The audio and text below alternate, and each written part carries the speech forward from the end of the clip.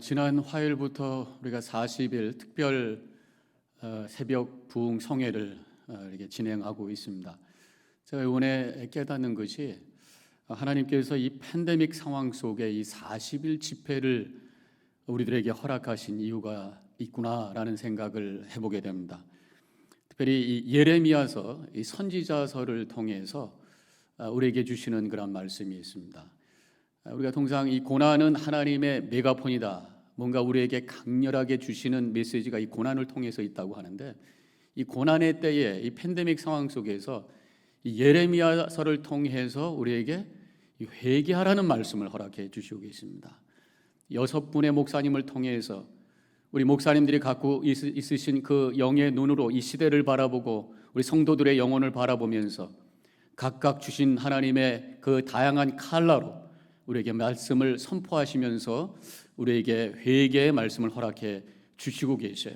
뭔가 우리가 이번 40일 동안 하나님 앞에 회개하고 새로워져야 될 부분이 있다고 하는 것을 깨닫고, 버릴 것 버리고 내려놓을 것 내려놓으시고 새롭게 결단하면서 새로운 영혼으로 하나님 앞에 세워지는 우리 성도님들과 각 교회가 되어주시기를 주님의 이름으로 간절히 축원합니다. 저는 이 6개 교회, 동부의 2교회, 남쪽의 2교회, 물론 중부, 중남부 해서 2교회, 서쪽의 2교회, 이 6교회가 가만히 이렇게 위치를 보면 마치 미국을 이렇게 담고 있는 큰 그릇 같아요. 하나님께서 이번에 우리 6교회가 함께 묶어서 이 미국을 위해서, 우리가 살고 있는 미국을 위해서 기도하라고 말씀하시는구나. 이 선거가 지금 있고 여러 가지 또 미국의 이 팬데믹으로 말미암아 경제적으로 여러 가지 도전이 있는, 정치적으로 혼란한 이때에 이 나라를 위해서 우리가 기도하라고 하나님께서 시간을 허락해 주신 줄로 믿습니다. 우리가 새로워지고 우리 교회가 새로워지고 이 나라가 새로워질 수 있는 이 40일의 여정이 되기를 주님의 이름으로 간절히 축원합니다. 오늘 말씀의 메시지는 제가 지난 수요일도 그렇게 말씀을 나눴습니다만은 뭔가 하나님께서 시청각적으로 또 한번 말씀하세요. 지난 수요일에는 허리띠를 가지고 말씀하셨는데 오늘은 옹기, 질그릇 가지고 말씀을 하고 계십니다. 이 죄로 인해서 이스라엘의 성읍들이 이제 이렇게 깨어질 것이라고 하는, 멸망당할 것이라고 하는 것을 이 옹기를 깨뜨리면서 그들에게 보여주고 계시는 거죠. 그 옹기를 깨뜨린 장소가 2절에 보니까 하시드문 어기 곁에 있는 흰놈의 아들의 골짜기로 가서 그랬습니다. 여기서 하시드문이라고 하는 것은 예루살렘 성의 문들이 많은데 그 중에 한 문을 지칭하는 것이에요. 그리고 이 흰놈 골짜기는 예루살렘 성의 남서쪽에 위치한 골짜기라고 합니다. 근데 이 흰놈 골짜기라고 안 하고 흰놈의 아들의 골짜기다, 이렇게 이름을 지금 지칭하고 있는데, 일단 어떤 흰놈 골짜기가 길 거 아닙니까? 그 중에 한 장소를 지칭하고 있습니다. 거기는 이 쓰레기더미라고 그래요. 한국에 옛날에 그 난지도 같이 쓰레기를 채워놓고 거기서 계속해서 그걸 태워서 없애는 그러한 장소였다고 하는 거죠. 그래서 쓰레기뿐만 아니라 사람의 시신도 갖다 버리고 또 짐승의 사체도 갖다 버리고 사람들의 변을 갖다 버리고 아주 더럽고 그러게 냄새나고 막 불이 타는 그런, 마치 이 지옥과 같은 그런 모습이라고 할 수 있겠습니다. 더러운 곳, 잔인한 곳, 저주의 장소, 여기에서 지금 옹기를 깨뜨린다, 그런 얘기입니다. 근데 왜 아들의 골짜기라고 했을까? 그것은 5절에 있는 말씀을, 오늘 봉독한 말씀은 아닙니다만 그 앞에 보면 5절에 이렇게 쓰여져 있어요. 또 그들이 바알을 위하여 산당을 건축하고 자기 아들들을 바알에게 번제로 불살라 드렸나니, 그 장소에서 우상을 향해서, 다른 데 보면 몰렉이라고 하는 우상이라고 되어 있는데 여기서는 또 바알이라고 되어 있고, 우상을 향해서 자기들의 아들을 제물로 바쳤던 끔찍한 장소였다고 하는 것입니다. 이렇게 더럽고 추하고 또 잔인하고 또 저주의 장소, 여기에서 옹기를 깨뜨리면서 너희들이 지금 회개하지 아니하면 너희들이 지금 죄로 말미암아 이러한 모습이 될 것이라고 하는 것을 이스라엘 백성들에게 보여주고 있는 것이 바로 오늘의 말씀의 내용이라고 하는 것입니다. 그런데 하나님께서는 왜 이렇게 끔찍한 심판의 메시지를 선포하고 있을까? 4절에 있는 말씀을 통해서 생각을 해볼 수가 있어요. 하나님을 그들이 버렸다고 하는 것입니다. 4절에 보면 나를 버리고, 즉 하나님을 외면하고 하나님에 대해서 불신하고 있는 이스라엘 백성들을 향해서 하나님께서 지금 심판하신다고 하는 것입니다. 하나님을 버렸다고 하는 건 뭐예요? 뭔가 하나님 말고 다른 것을 붙잡기 위해 지금까지 붙들었던 하나님을 내놓고 그 손을 펴버리고 다른 것을 쫓아가고 다른 것을 붙잡고 있는 그런 모습을 우리가 생각을 해볼 수가 있습니다. 우리가 지금 그런 모습이 아닌가? 돈을 잡기 위해서 하나님의 손을 내놓은 건 아닌가요? 우리가 명예를 얻기 위해서 하나님을 버린 것은 아닌지요? 또 세상의 쾌락을 얻기 위해서 하나님의 말씀을 내 동댕이 치고 있는 모습이 아닌가? 한번 우리가 점검해 봐야 된다고 하는 것입니다. 여러분들 한번 자신의 손에 무엇이 붙잡혀 있는가 한번 보시기 바라겠어요. 하나님의 손을 붙잡고 계세요? 아니면 세상에 다른 것 붙잡고 계세요? 아니면 아무것도 없는데 그저 세상 거 헛된 것을 잡기 위해서 허우적거리고 있는 그러한 불쌍한 모습은 아닙니까? 헛된 모습은 아닙니까? 다시 한번 이 시간에 우리 자신을 되돌아 봐야 될 줄로 믿습니다. 다시 한번 우리를 향해 펼치고 계시는 주님의 손을 꼭 잡고 그 자리에서 일어나시기를 주님의 이름으로 간절히 축원합니다. 사실 우리가 하나님의 손을 하나님을 잡고 있던 손을 내놓다고 하더라도 그 하나님이 멀리 가시는 분은 아니시잖아요. 내가 하나님을 버린다고 해도 그 하나님이 버려지시는 분은 아니잖아요. 하나님은 내가 찾기도 전에 이미 내 곁에 오셨고 내가 그분의 손을 잡기도 전에 나를 붙잡아 주신 분이 우리의 하나님이신 줄로 믿습니다. 그러면 우리가 하나님의 손을 잡고 있던 하나님의 손을 놔버렸다고 하는 것이 무슨 뜻인가? 그것은 바로 하나님이 안 계신 것처럼 살고 있는 모습이라는 거예요. 하나님은 분명히 내 옆에 계세요. 내 앞에 계시고 온 우주의 공간에 가득 차 계신 분이 하나님이신데 그 하나님이 안 계신 것처럼 사는 것이 바로 하나님의 손을 놔버린 모습이라고 하는 것입니다. 하나님을 의식하지 않고 사는 것, 그것이 바로 우리의 모습이 아닌가. 오늘 우리가 함께 우리 자신을 되돌아봐야 될 줄로 믿습니다. 그런데 이러한 상황 속에서도 우리 하나님 여전히 우리 곁에 계시는 하나님이시. 지금 온기를 깨뜨리면서 심판을 선포하고 계시는 그런 말씀 속에서도 우리 하나님께서 말씀하시는 것은 내 곁에 하나님께서 함께 하심을 의식하면서 살아가라고 우리에게 강력한 도전의 말씀을 지금 주고 계시는 줄로 믿습니다. 시편 121편 5절에 이렇게 쓰여져 있어요. 여호와는 너를 지키시는 이시라. 여호와께서 내 오른쪽에서 내 그늘이 되시나니. 우리 주님께서는 떠나지 아니하시고 우리와 동행하면서 우리를 지키시고 계시고 우리의 오른쪽에서 우리와 함께 걸어가고 계신다고 분명히 말씀하고 계십니다. 우리 하나님, 우리를 절대로 떠나지 아니하시는 좋으신 분이신 줄로 믿습니다. 그런데 오늘 이 시편 121편에서 오른쪽에 계시다고 하는 거예요. 오른쪽이라고 하는 것은 남쪽입니다. 남쪽 위에 떠 있는 강렬한 태양, 이 사막 기후, 팔레스틴은 사막 기후 아니겠어요? 얼마나 뜨거워요. 하나님께서 오른쪽에서 그 뜨거운 태양을 가려주시며 그늘을 만들어주시며 우리를 평강 가운데 지켜보호해 주신다고 하는 그 약속의 말씀인 줄로 믿습니다. 근데 그 말씀을 믿지 않고 하나님 안 계신 것처럼 내 마음대로 내가 원하는 것을 쫓아서 가고 있는 것이 우리의 모습은 아니냐고 하는 것이에요. 주님의 손 꼭 붙잡으시고 걸어가심으로 승리하시기를 주님의 이름으로 간절히 축원합니다.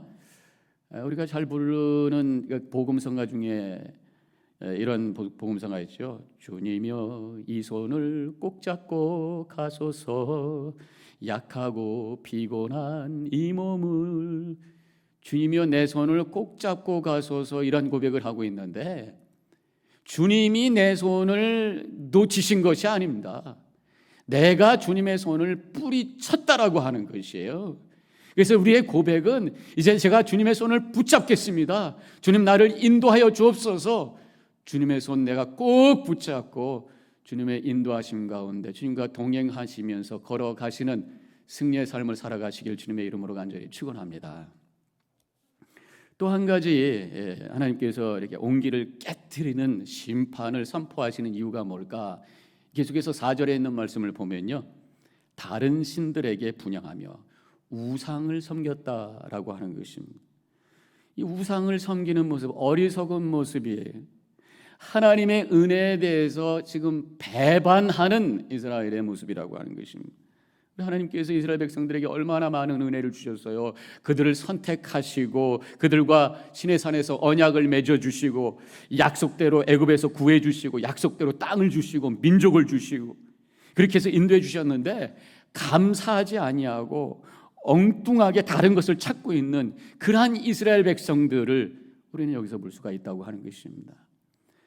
저는 이것에서 이런 모습을 보면서 참 인간의 이 처절한 철저한 죄성을 보게 돼요. 인간 이스라엘의 그 역사 속에서 하나님께서 주신 은혜가 얼마나 큽니까? 그들은 다 체험했어요. 그럼에도 불구하고 감사하고 주님만 높이며 살아가는 것이 아니라 헛된 우상을 찾고 있는 그 모습이 이스라엘 백성들의 모습이요, 또 지금 우리의 모습이 아닌가, 우리는 그렇게 고백을 해야 될 줄로 믿습니다. 이 배은망덕한 모습, 배은망덕이라고 하는 그런 단어가 있잖아요. 나를 만들어 주시고 나를 구원해 주시고 나를 하나님의 자녀로 삼아 주셨는데, 그리고 나에게 영원한 나라를 약속해 주셨는데, 그 하나님의 은혜를 감사하고 그 은혜에 응답하는 삶을 살기는커녕 그것을 잊어버리고, 하나님이 나에게 은혜 주신 것 다 잊어버리고 여전히 불평하고 고난 속에서 쓰러지고 넘어져서 늘 연약한 모습으로 살고 있는, 이게 우리의 모습이 아니냐 말이죠. 더 나아가서 하나님을 외면하고 지금 우리의 삶 속에서 우리에게 주어진, 우리가 추구하고 있는, 많은 사람들이 추구하고 있는 그런 헛된 우상 만몬신을 섬기면서 재물을 따라 울고 웃고 있는 모습이 우리의 모습은 아닌가요? 재물이 있으면 뭔가 힘이 생긴 줄 알고 어깨에 힘을 주고 말입니다. 또 지금 없어지면 다 무너진 것까지 쓰러지고 넘어져 울고불고 하고 있는 우리의 모습 아니? 하나님이 계신데, 우리에게 그렇게 은혜 주시고 인도하시고 내 곁에서 붙잡고 계시는 그분이 계신데, 그분은 안 계신 것처럼 재물을 쫓아다가 그것이 있으면 뭐 된 것 같고 없으면 무너지고, 행여나 지금 이 팬데믹 상황 속에서 재정적인 어려움 속에서 무너져서 주저앉아 계신 분들이 계시다면, 다시 한번 지금까지 우리를 인도하시고 우리에게 주신 은혜를 기억하고 감사하시고요, 우리에게 주신 약속의 말씀을 붙들고 미래를 향해 소망을 가지고 일어나서 나아가시길 주님의 이름으로 간절히 축원합니다. 이 배은망덕이라고 하는 단어가 있는데요, 이것은 이제 은혜를 잊지 않는다고 하는 사자성어잖아요. 이 배은망덕의 그런 반대가 되는 단어가 뭔가 제가 한번 찾아봤더니 결초보은이라는 단어가 나옵니다. 이 결초보은이라고 하는 단어가 생긴 이유는, 옛날 중국에서 위무자라고 하는 사람이 있었는데, 그 사람이 이제 첩이 하나 있었어요. 젊은 첩이 있었는데 병이 들어서 죽게 되었을 때에 그 젊은 첩을 사랑해서 내가 죽더라도 혼자 살기가 힘드니까 재가를 시켜야 되겠는데, 그 당시 문화가 좀 어려우니까 자기 이 본처의 아들인 위가를 불러다가 내가 죽으면은 저 서모, 지금 자식도 없이 이렇게 젊은 서모가 그냥 있지 않도록 재가를 시켜주라, 결혼을 다시 할 수 있도록 해줘라, 그렇게 유언을 하고 세상을 떠납니다. 그래서 이 위가가 아버지의 유언대로 서모를 시집을 보내게 되었어요. 그리고 시간이 흘러서 전쟁이 나서 전쟁터에 나갔는데, 이 위고가 적장하게 잡히게 되는 상황이 되었다고 하는 거예요. 그런데 갑자기 어떤 노인이 나타나가지고 적장 앞에 있는 이 풀을 막 묶어버려가지고 막 뛰어오다가 자빠졌어요. 그래서 이과가 오히려 그 사람을 잡아버리는 공을 세우게 된 거예요. 그날 밤에 잠을 자는데 꿈속에서 어떤 노인네가 나타나셔서 바로 그 노인네입니다. 풀을 묶었던 노인네가 나타나셔서 내가 바로 서모되는 그 서모의 아버지 되는 사람인데 내 딸을 제가 시켜줘서 내가 너무 고마워서 당신한테 보답한 것이요. 뭐 이런 얘기가 이제 사자성어로 돼가지고 결초보은 결초 이 풀을 묶었다. 풀을 묶어주는 그래서 은혜를 갚아줬다. 뭐 그런 사자성어가 만들어지게 되었다고 하는 것입니다. 이 얘기 뭡니까? 은혜를 보답하는 것이 인간의 도리라고 하는 거예요. 우리 크리스천 하나님을 믿는 자, 예수 믿는다고 고백하며 살아가는 자는 하나님께서 나에게 주신 은혜를 기억하고 그것을 누리고 그것을 감사하고 그것을 응답하고 그것을 다른 사람에게 나누면서 사는 삶을 살아야 될 줄로 믿습니다. 하나님의 은혜를 감사할 수 있는 사람이 진짜 믿는 사람이라고 하는 것이에요. 그리고 하나님의 은혜를 구체적으로 고백하는 삶을 사는 것, 이것이 바로 믿음의 여정이라고 하는 것입니다. 근데 지금 이스라엘 백성들은 이렇게 큰 은혜를 받았음에도 불구하고 자꾸만 우상에 빠지고 있는 것을 보게 됩니다. 성경을 보면, 구약 성경을 보면 짜증날 정도로 참 이스라엘 백성들 참 한심하죠. 그렇게 하나님이 함께 해주시고 인도해 주셨는데 또 우상 섬기고, 그랬다가 다시 하나님 앞에 돌아왔다 또 다시 우상 섬기고, 이런 것들이 반복되는 모습을 보면서 도대체 우상이 뭐길래 저럴까 이런 생각을 하게 되는데, 가만히 보면 우상이라는 게 뭡니까? 지금 당장 우리에게 어떤 기쁨과 또 말초적인 만족을 준다고 하는 거예요. 과거의 은혜, 미래에 대한 관심이 없어요. 지금 당장 나에게 주는 만족을 추구하는 것이 바로 우상의 특징이라고 하는 것입니다. 당시에 만연했던 우상이 뭡니까? 바알신이. 바알신은 풍요의 신입니다. 농사의 신. 지금 당장 농사 잘 짓게 되는 것이 그 사람들의 관심이. 그래서 바알 섬기는 것이. 또 바알신을 섬기는 그 어떤 죄의 속에는 어떤 성적인 행위가 있었어요. 그게 육신적인 쾌락. 이렇게 쾌락과 배부름이라고 하는 것을 가지고 유혹하는 것이 바로 우상. 그러니까 그 우상의 매력이 있어서 자꾸만 그걸로 빠지는 거란 말이죠. 현대인들의 우상, 만몬신, 재물, 그것이 바로 그거 아닙니까? 지금 당장 우리에게 원하는 것을 갖도록 주는 것이 바로, 힘을 주는 것이 바로 재물이잖아요. 그러니까 자꾸만 재물을 쫓아다니는 거예요. 내가 상황을 마음대로 조정합니다. 돈만 있으면 내가 갖고 싶은 거 가져요. 가지고 하고 싶은 거 할 수 있어요. 내가 상황을 조절할 수 있는 힘을 가져요. 그러니까 자꾸만 이 재물의 신, 만몬신을 쫓아다니는 게 바로 이 현대인의 모습이라고 하는 것입니다. 믿음은요, 내가 상황을 조정하는 것이 아니라 내가 상황을 초월하는 삶을 사는 것이 믿음인 줄로 믿습니다.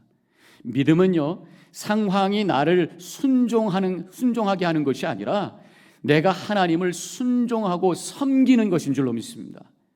믿음의 삶을 사는 사람은 차원이 다른 것이란 말이에요.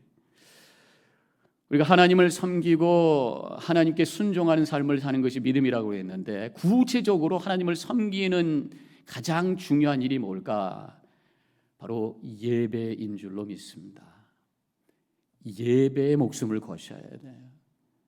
우리가 하나님을 섬기고 하나님 앞에 무릎 꿇는 자로 살아간다고 하는 것은 진정한 예배로 하나님께 올려드리는 것입니다. 하나님의 은혜에 대한 응답이 예배예요. 바로 영적 보은의 구체적인 행위가 예배라고 하는 것입니다. 예배는 나의 시간의 우선권과 마음의 우선권을 하나님께 올려드리는 것입니다. 주일날 드려지는 이 주일 예배, 이 한 시간 온전히 하나님께 올려드리고 어떤 것도 침범하지 못하도록 해야 되는 것이 하나님의 은혜를 고백하는 믿음의 삶의 당연한 모습이라고 하는 것입니다. 한 시간 다른 것뿐만이 아니라 다른 생각이 나를 침범하지 않도록 해야 돼.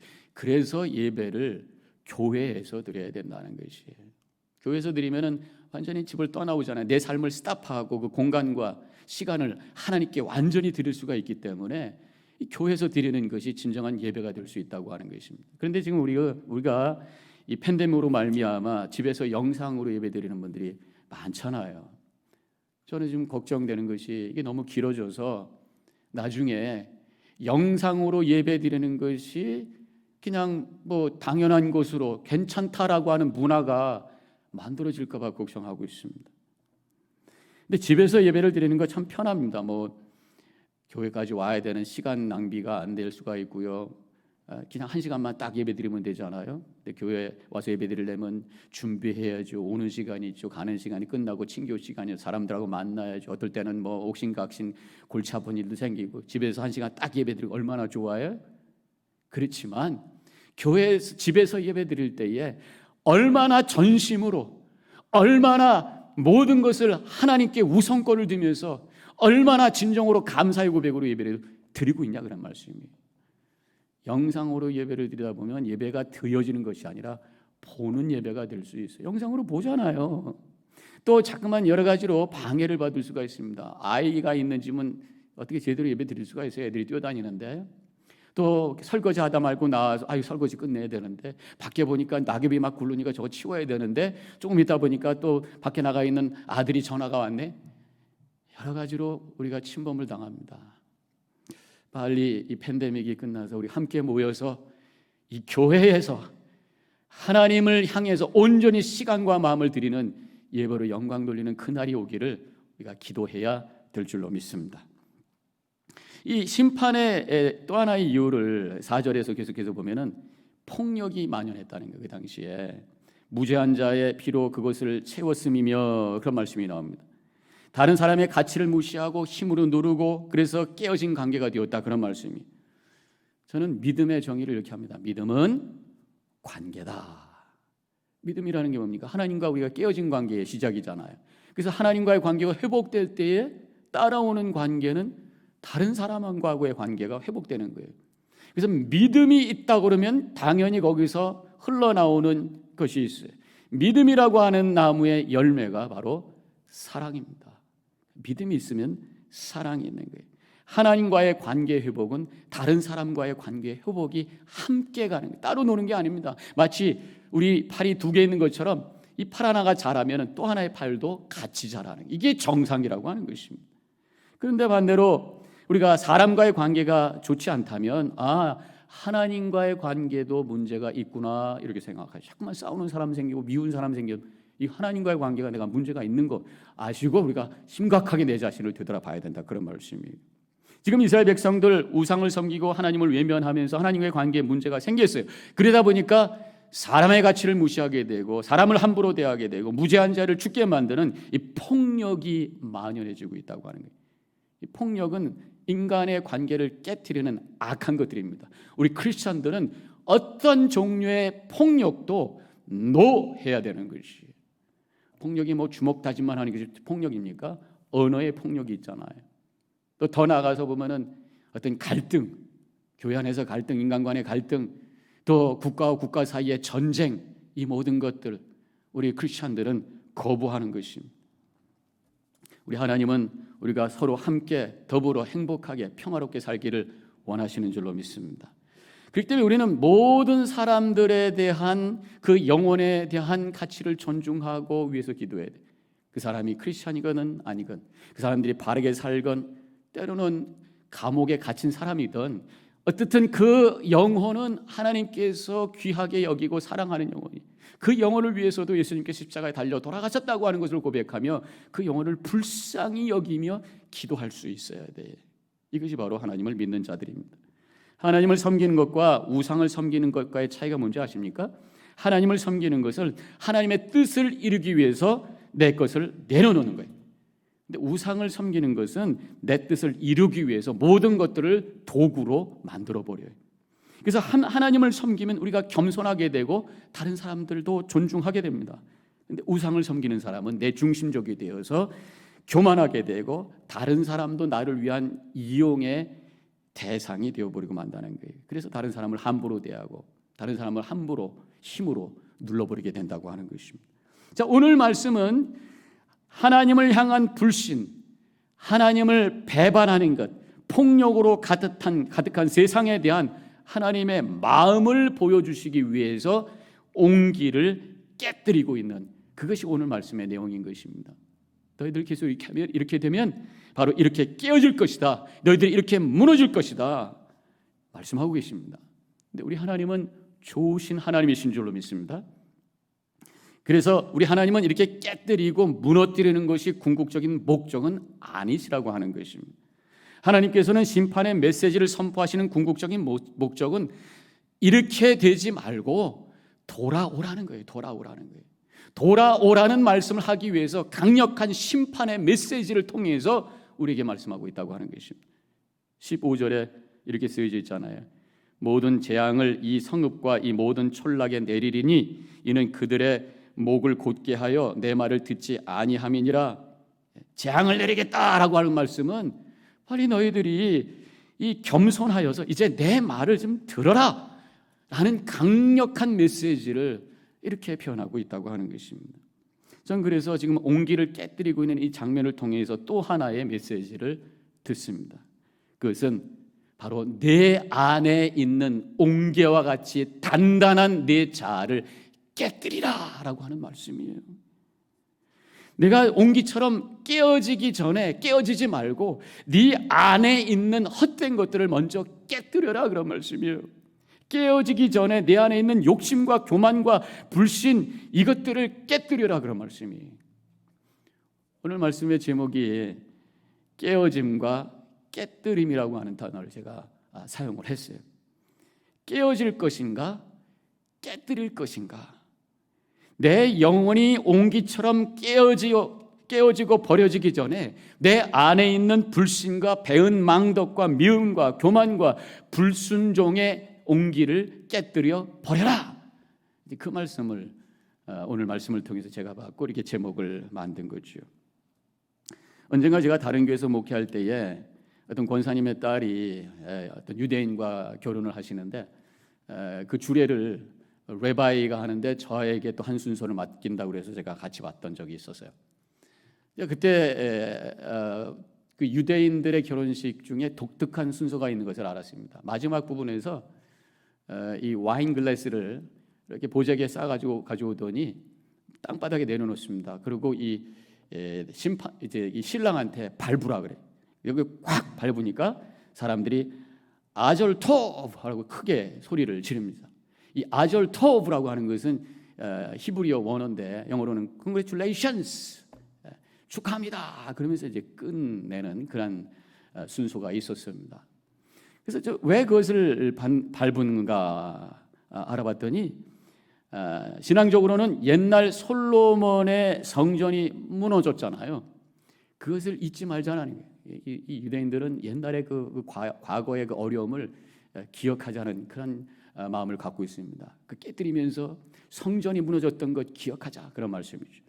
또 한 가지는 인간관계라고 하는 것, 또 이렇게 남녀가 만나서 결혼을 해서 함께 관계를 이루어 가는데 쉽게 깨어질 수 있는 거라고 하는 것을 잊지 말자, 조심하자 그런 말씀이죠.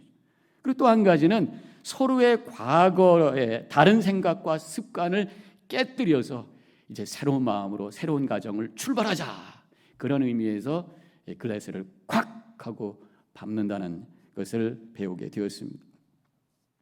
우리가 믿음 생활이라고 하는 게 뭡니까? 바로 우리 주님과 예수님과 함께 언약의 관계 속에 들어가는 것이에요.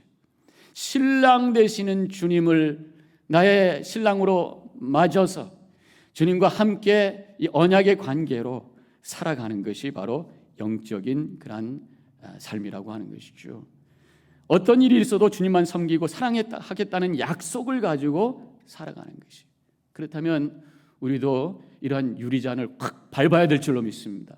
내 안에 있는 딱딱한 아집과 자아와 교만과 죄된 것들을 이 과거의 모든 것들을 다 밟아버리고 이제 주님과 함께 새로운 삶을 살겠습니다. 고백하는 것이 바로 믿음의 삶인 줄로 믿습니다. 그래서 이 찬양 가사에 보면은 이런 또 가사가 있죠. 부서져야 하리, 무너져야 하리, 깨져야 하리. 부서져야 하리, 무너져야 하리, 깨져야 하리, 더 많이 깨져야 하리. 깨뜨리는 것, 내 안에 있는 것을 깨뜨리는 것, 이것이 바로 주님을 믿는 우리의 삶이라고 말씀하고 있습니다. 그러면 제가 질문을 한 가지를 드려봅니다. 내 안에 있는 이 딱딱한 자아를 어떻게 깨뜨릴 수 있겠어요? 결혼식 할 때처럼 발로 칵 밟아야 나를 어떻게 할 수가 있어요? 깨지려면요, 뭔가가 깨지려면 그거보다 더 단단한 것과 부딪혀야 됩니다. 유리는 뭐 발로 밟아도 되겠죠. 그런데 우리의 마음 안에 있는 거는 유리보다 더 딱딱한 돌멩이 같이 아주 단단한 자입니다. 이 돌멩이가 깨지려면요, 둔탁한 망치, 쇳덩어리가 있어야 돼요. 우리 마음의 그 단단한 고집과 교만은 이것보다 더 강한 것이 부딪혀야 되는데, 그것이 뭐겠습니까? 바로 하나님의 말씀인 줄로 믿습니다. 하나님의 말씀이 우리의 마음과 꽝 하고 부딪힐 때에 우리 마음이 부서지게 되는 것입니다. 히브리서 4장 12절에서 이렇게 말씀하고 있어요. 하나님의 말씀은 살아있고 활력이 있어 좌우의 날선 어떤 검보다도 예리하여 혼과 영과 및 관절과 골수를 찔러 쪼개기까지 하며 또 마음의 생각과 뜻을 판단하나니. 여기서는 예리한 검으로 말씀하고 있잖아요. 예리한 검이라면 망치가 될 수도 있는 거죠. 검으로 찌르고 망치로 두들기고, 그래서 우리의 영혼을 완전히 부서뜨리고 완전히 그것을 이겨서 그렇게 만들어요. 그럴 때 우리 속에 새로운 삶이 시작이 된다는 말씀입니다. 근데요, 제가 이 돌멩이, 우리의 마음이, 우리의 자아가 돌멩이 같다라는 비유를 생각하면서, 그 돌멩이 그러면 그 다 부숴버리면 쓸모없는 그런 존재인가? 그런데요, 우리의 돌멩이 그냥 돌멩이가 아닙니다. 금광석이에요, 금광석. 제가 사진을 한번 찾아봤습니다. 돌멩이는 돌멩이인데 그렇게 번쩍거리는 그런 금의 조각들이 붙어있는 금광석이에요. 딱딱한 그런 돌멩이 같지만 그래도 우리 안에는 가능성이 있는 줄로 믿습니다. 왜냐하면요, 우리는 하나님의 형상대로 지음받은 존재인 줄로 믿습니다. 그래서 우리 속에는 사랑을 추구하는 마음이 있어요. 진실되게 살고 싶은 마음이 있어요.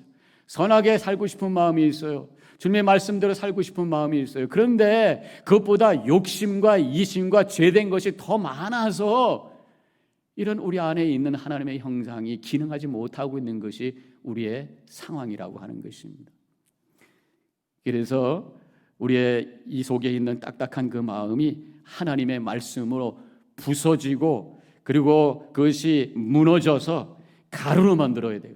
거기서 끝나는 것이 아니라 이것을 가치 있게 만들기 위해서는 용광로에 넣어서 녹여야 될 줄로 믿습니다. 뜨거운 불로 막 용광로에 가열을 하면요, 가벼운 것은 올라가고 비중이 더 큰 것은 아래로 내려가게 되어 있어요. 돌멩이가 가벼워서 위로 올라가고 이 금은 비중이 커서 밑으로 쫙 똑같이 가라앉아요. 그 밑에서 구멍을 뚫어가지고 흘려보내면 금만 나오는 거잖아요. 금 가지고 금반지 만들고 목걸이 만들고 왕관을 만들고 번쩍번쩍 가치 있는 것을 만들게 된단 말이죠. 바로 이겁니다. 하나님의 말씀으로 우리의 자아를 부시고 깨뜨리고 거기서 끝나는 것이 아니라 성령의 뜨거움으로 녹여서 우리의 영혼을 정금같이 새로운 그러한 영혼으로 새롭게 변화되는 역사가 우리 가운데 일어나시길 주님의 이름으로 간절히 축원합니다. 이번에 40일 동안의 우리의 신앙의 여정 속에서 예레미야를 통해서 주시는 하나님의 말씀으로 우리의 자아를 깨뜨리는 시간이 되시길 축원합니다. 그리고 우리가 함께 뜨겁게 기도함으로 말미암아 성령의 불이 활활 타올라서 우리의 그 깨어진 우리의 영혼들이 녹아서 정금같이 새로운 존재로 다시 한번 태어나서 가치 있는 존재로 하나님 영광 돌리고 가치 있는 존재로 쓰임받는 축복된 삶을 살아가는 기회가 되어주시기를 주님의 이름으로 간절히 축원합니다. 오늘 하루도 주님의 은혜 가운데 승리하시기를 주님의 이름으로 축원합니다.